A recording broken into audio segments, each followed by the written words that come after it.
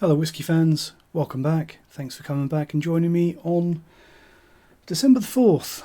It's amazing that, isn't it? Using the Advent calendar to tell what day it is. It's almost like we're using it to count down the days. Mind blown. Door number 4. Let's hope for something good. Had a little bit of a disappointing one yesterday with the Jura. Low strength, entry level Jura is never really something to get too excited about. Sometimes it's okay, but that's about the best that you can hope for. I think that anyone that's tasting along at home, that perhaps that Jura 12 yesterday was your first Jura that you've ever tried. If you did like it at all, or if it intrigued you in any way, I'd really suggest trying Ardnamurchan. If you're into your cask strength whiskies, give the Ardnamurchan 0922 a try, or if you're not quite up there with the high ABVs yet, try a bottle of the standard Ardnamurchan AD, because it's got that similar maltiness, a little bit of peat, a little bit of bourbon, a little bit of sherry, really good all-rounder, lightly peated, fusty, quality Scotch. Ardnamurchan is really what Jura could be if they got their act together. Anyway, day number 4, Dram number 4. Got to keep on schedule. It's a hard life, drinking whiskey on the internet. What have we got?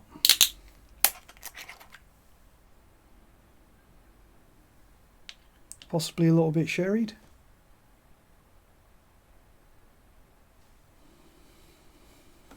Let's get the... Looks like I'm advertising bottled water now. Go away.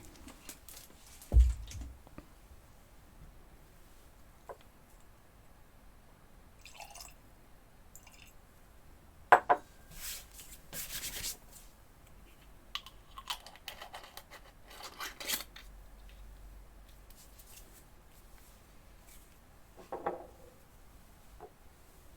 haven't got a lot in there.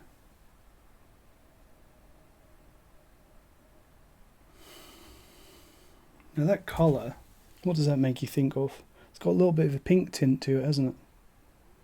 Perhaps a wine cask? Cheating slightly. It's not really blind when you're picking up clues from the colour, but there you go.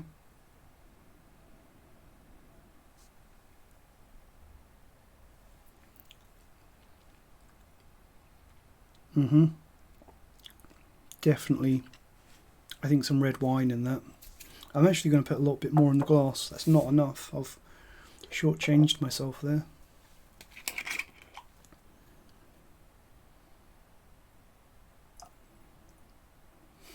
Now I've got it all over the table. Bugger. I've made a complete mess there. It's everywhere. Where can I put it where I can't see it? It's not going to stain the table. That'll do for now. I think this is one where the palate is definitely more interesting than the nose. The nose of this one, this may be a good candidate for adding some water, because I think the ABV is up there. It's not super high, but I think it's probably 46%, so it's probably the best presented whiskey that we've had in the calendar so far.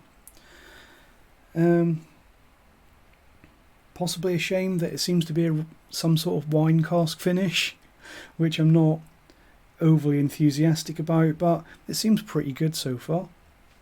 But I'm just going to cover that up, because I'm not getting as much on the nose as I am on the palate. On the palate, lots of red wine notes, a little bit of chocolatiness, slightly savoury, mealy quality. But I'd like to see if we can get a few more aromas out of the nose.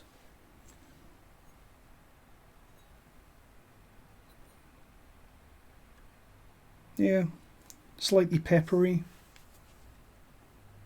Peppery oak, chocolatey, quite dark. Fruity, dark fruits. Strawberries dipped in chocolate. Quite barley driven as well, quite grainy, malty, and gristy.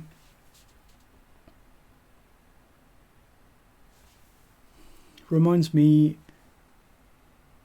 a tiny bit of specifically the fruity notes that you get on the Lechig Rioja cask finish from the Sinclair series, which still appears to be a series of one whisky as of 2023.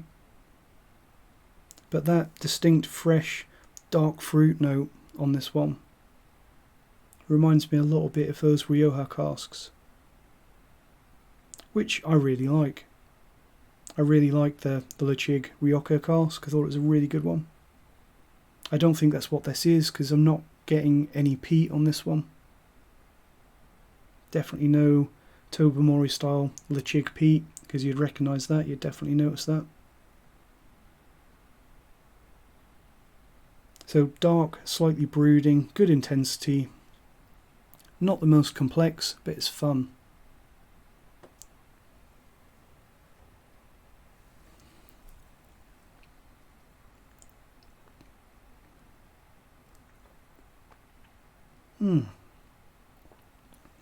Really good intensity.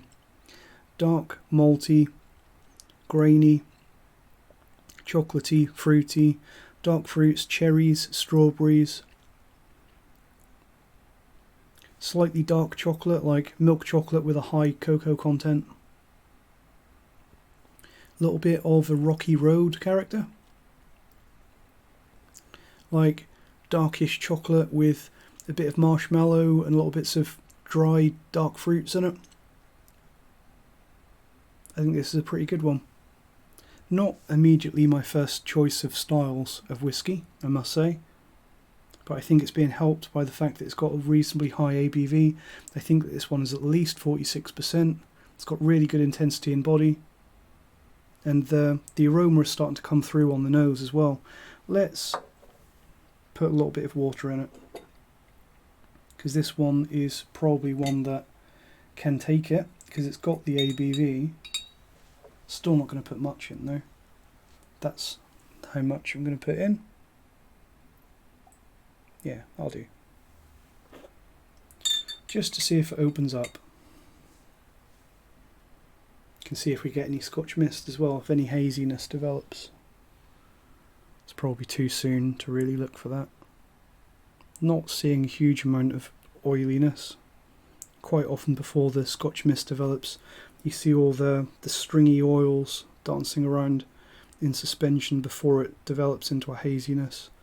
That colour though, that's definitely not artificial. Well, there might be some colouring in there, but there's definitely some probably red wine in there, I would say. Let's put a lid on that, and I'll probably cut a little bit out of the video and come to that in a few minutes.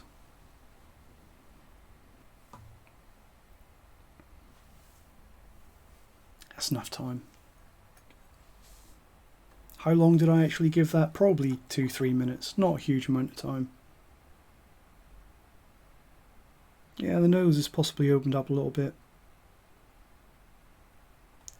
Opened up a little bit of sort of musty Turkish delight, jellied, a little bit of musty oak, perfumed oak. It's good though.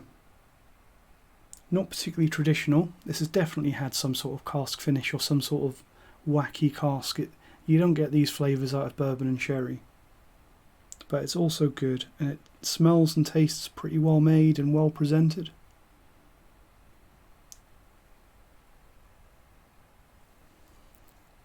As for what this could be,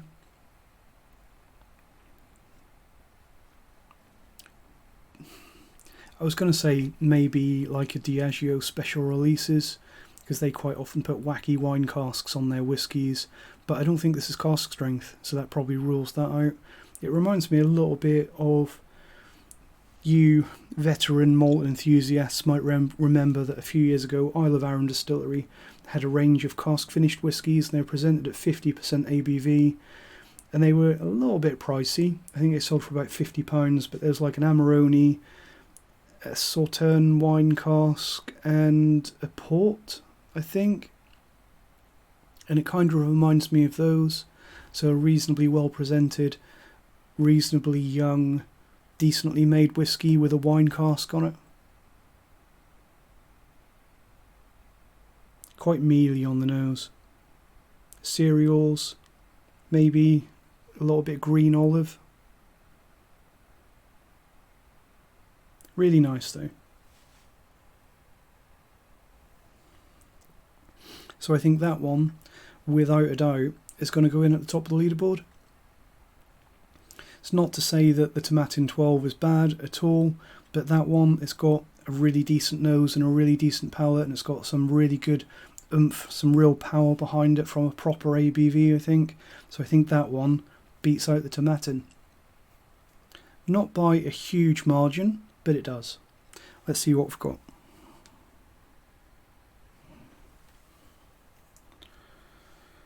Parkmore, 7-year-old single malt Scotch whisky distilled at Auchroisk.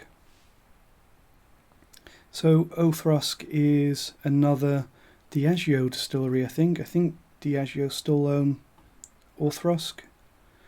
And it's at 46%, which is what we like to see. Alcohol is flavour.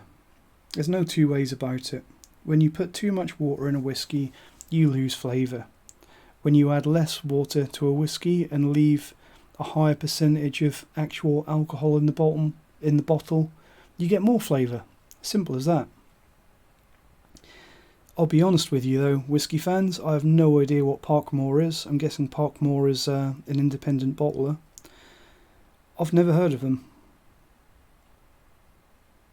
But yeah, 7-year-old, I kind of guessed that it was young, probably young with some sort of cask treatment to it. 7-year-old Auchroisk, very good. If that's not too expensive, I would probably be tempted to look at buying a bottle of that. It seems like a good presentation. Let's have a quick look, see how much this costs, with it being a little bit of a more unusual whisky. You never know, it could be £30 or £300. And that's how you know I'm a real malt enthusiast there, that I can type Auchroisk on a keyboard without having to think about it too much. So, that's very reasonable. So this stuff is £44 a bottle. The first result that came up is Master of Malt, not a sponsor. I'm sure that Really Good Whisky Company have it as well. Parkmore Selection, limited release, 7 years old, not 70. So independently bottled Auchroisk, based in the Colburn warehouse, initially aged in bourbon casks before finished in casks that previously held Madeira. So not a million miles away with red wine, didn't get that quite right. Master of Malt is saying that it has notes of roasted barley, buttered apples, a whiff of pipe tobacco. Yeah, probably tobacco. I was getting a bit of oak spice on that one. Not so much buttered apples. I was more getting red fruits and dark fruits on that one. On the palate, rounded red fruit, yeah. Opposed by rich smoke. Not really getting smoke on this one. Slightly chocolatey at points, yeah, I definitely got that. Freshly cut herbs and a light touch of oak resin. I am 100% getting red fruit and chocolate. And yeah, a bit herbal on the finish. Oak resin, that's a bit of an odd tasting note, but yeah, I suppose so. It's probably a little bit unfair that I'm reading out Master of Malt tasting notes alongside my own when I've got this calendar from the Really Good Whisky Company.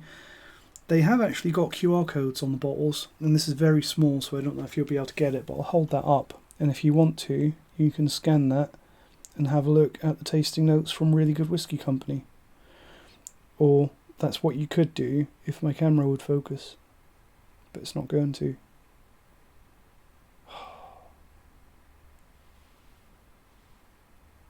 There you go. So have at it, get someone else's opinion there. Really Good Whisky Company, they are a really good whisky company, as the name might suggest. I have bought things from them before, including this calendar. I think that their range is a little bit more limited than your bigger retailers like Master of Malt and Whisky Exchange, but they also have some really, really good prices. They are not a sponsor. They have no idea who I am. They probably don't even know that I'm doing this calendar on YouTube this year, but their website is worth a look. And more importantly, we've got a new leaderboard leader with the Parkmore Auchroisk. Hopefully though, in the next 21 days, we can get something that beats that. I'll see you tomorrow when we find out. Cheers.